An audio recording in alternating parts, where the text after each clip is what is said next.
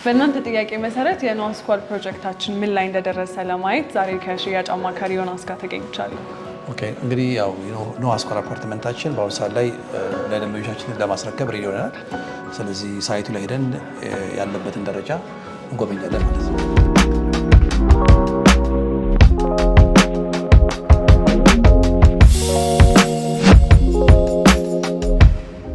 የኖዋ ስኳድ ፕሮጀክታችን መች ተጀመረ?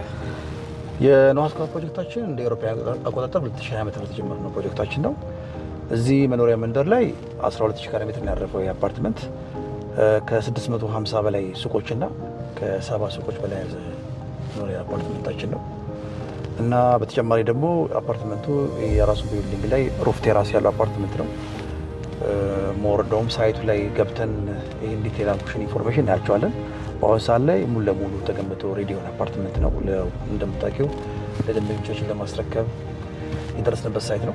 ያው ቅድም አንቺ ሜንሽን እንዳደረግሽው ደንበኞቻችን ይጠይቃሉ ኖዋ ስኳድ ምን ላይ ደረሰ እያሉ ስለሆነ አፓርትመንቱ ምን አለው የሚለውን ነገር በደንብ ገብተን ዲቴል ነገሩ እናየዋለን።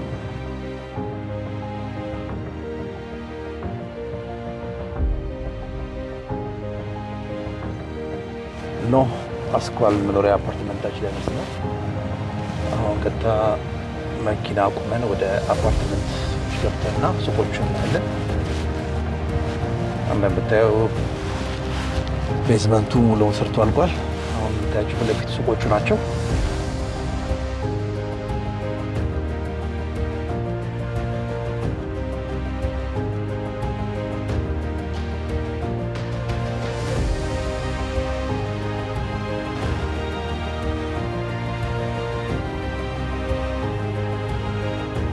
ኦኬ እንግዲህ ያው ደርሰናል። አሁን እንደምታየው ይሄ የመኪና ማቆሚያችን 4 ወለል ወደታች ማለት ነው እና እያንዳንዱ አባወራ የራሱ መኪና ማቆሚያ አለው።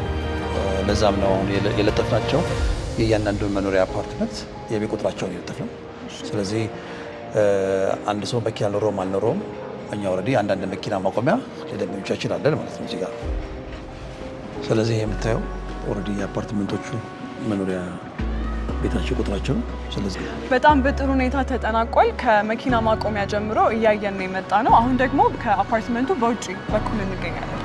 ኦኬ አሁን እንደምታያቸው እንግዲህ ሱቆቹን በዚህ መልክ አድርገን ሬዲ አድርገናቸዋል።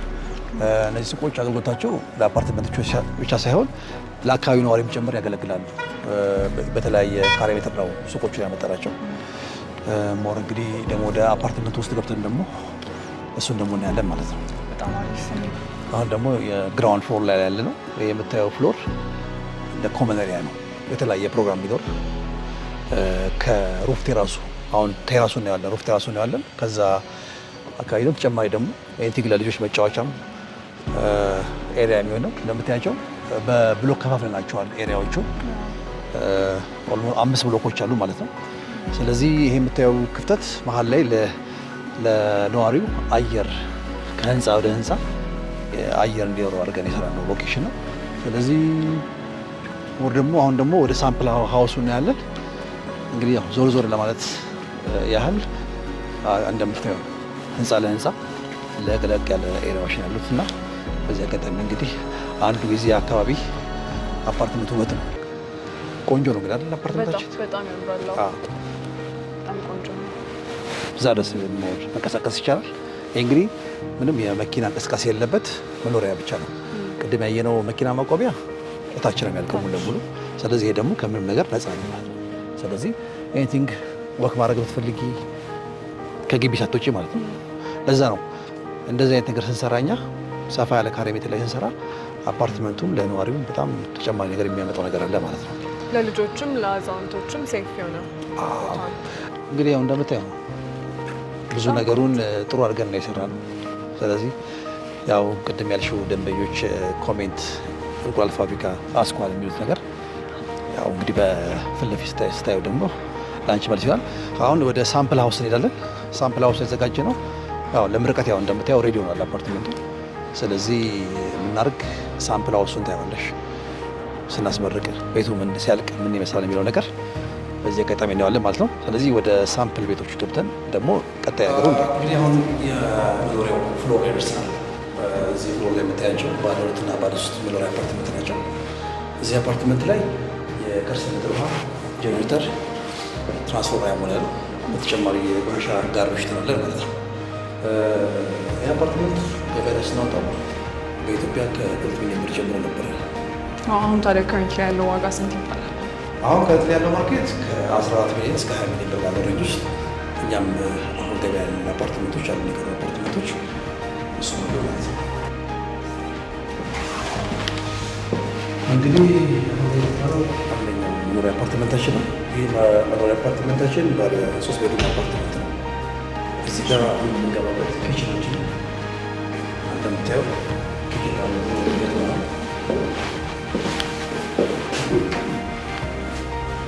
በዚህ መልክ ከበር ማለት ነው። ስቶር ቦታዎች አሉት። ሲንክ በዚህ መልክ የኪችን ካቤቱ ገጥመናል ማለት ነው። እንደምታየው በሮችን ወረድ ይሰጥናቸዋል። ስለዚህ ወደ ሳሎን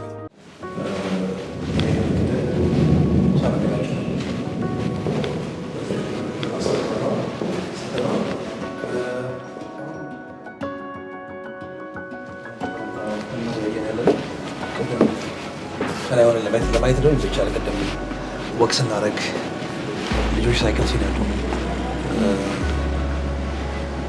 አላር ብዙ ነገሩ ማየት ይቻላል። ይሄ ባይዘው ለተጨማሪ ነው። እንደምታየው ቦታ ነው። እያንዳንዱ ብሎኮች የራሳቸው ቴራስ አላቸው። ላይ ሩፍ ቴራስ አላቸው። ያ ማለት ደግሞ ለእያንዳንዱ ቢልዲንግ ለምሳሌ የተለያየ ፕሮግራም ቢኖራቸው ቴራሱ ላይ ወጥተው ፕሮግራም ማድረግ ይችላሉ ማለት ነው። ተጨማሪ ከዚህ ውጭ ማለት ነው። ይሄ ፐብሊክ ነው፣ ግን ብሎኩ ደግሞ የራሱ ቴራስ አለው። መኝታ ቤት ክፍሎች ደግሞ እናያለን ማለት ነው።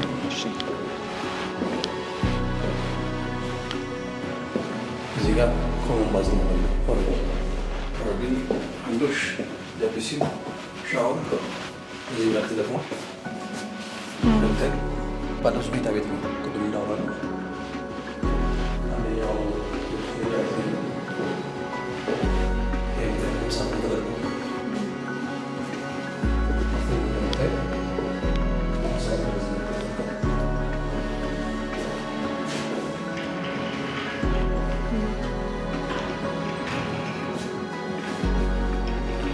ከዛ ማስተር ነው የራሱ ማስተር ባዝሩም አለው ማለት ነው።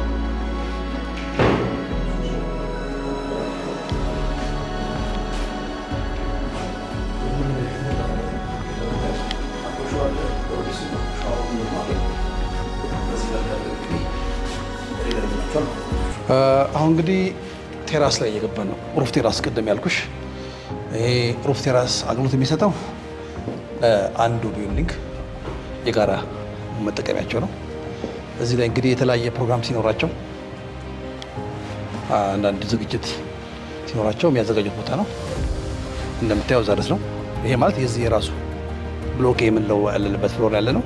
የብሎኬ የሩፍ ቴራስ ነው ማለት ነው። እና የሌሎቹ ብሎክ ቢ፣ ብሎክ ሲ፣ ዲ፣ ኢ የሚባሉ ደግሞ የራሳቸው እነሱም ልክ እንደዚህ የራሳቸው ሩፍ ቴራስ አላቸው ማለት ነው።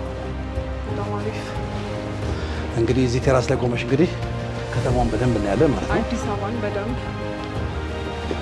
እንግዲህ ያው እዚህ ቴራስ ላይ ስትወጪ ብዙ ነገር ማየት ትችላለሽ፣ ከተማው ማለት ነው። እዚህ አካባቢ ላይ እንግዲህ የክሊኒኮች፣ ሆስፒታሎች፣ ቤቶች አሉ ማለት ነው። እሺ እንግዲህ እንዳያችሁት ከመኪና ማቆሚያ ጀምሮ በውጭ ያሉ ሱቆችን እንዲሁም ኮመን ኤሪያ ጋለሪ እንዲሁም ደግሞ ሳምፕል ቤት አይተናል። አሁን ደግሞ የምንገኘው ሩፍቶፕ ላይ ነው። የነዋ ስኳር ፕሮጀክታችን ያለበት ይህንን ይመስላል። በቀጣይ እስከምንገናኝ ደህና ቆዩ።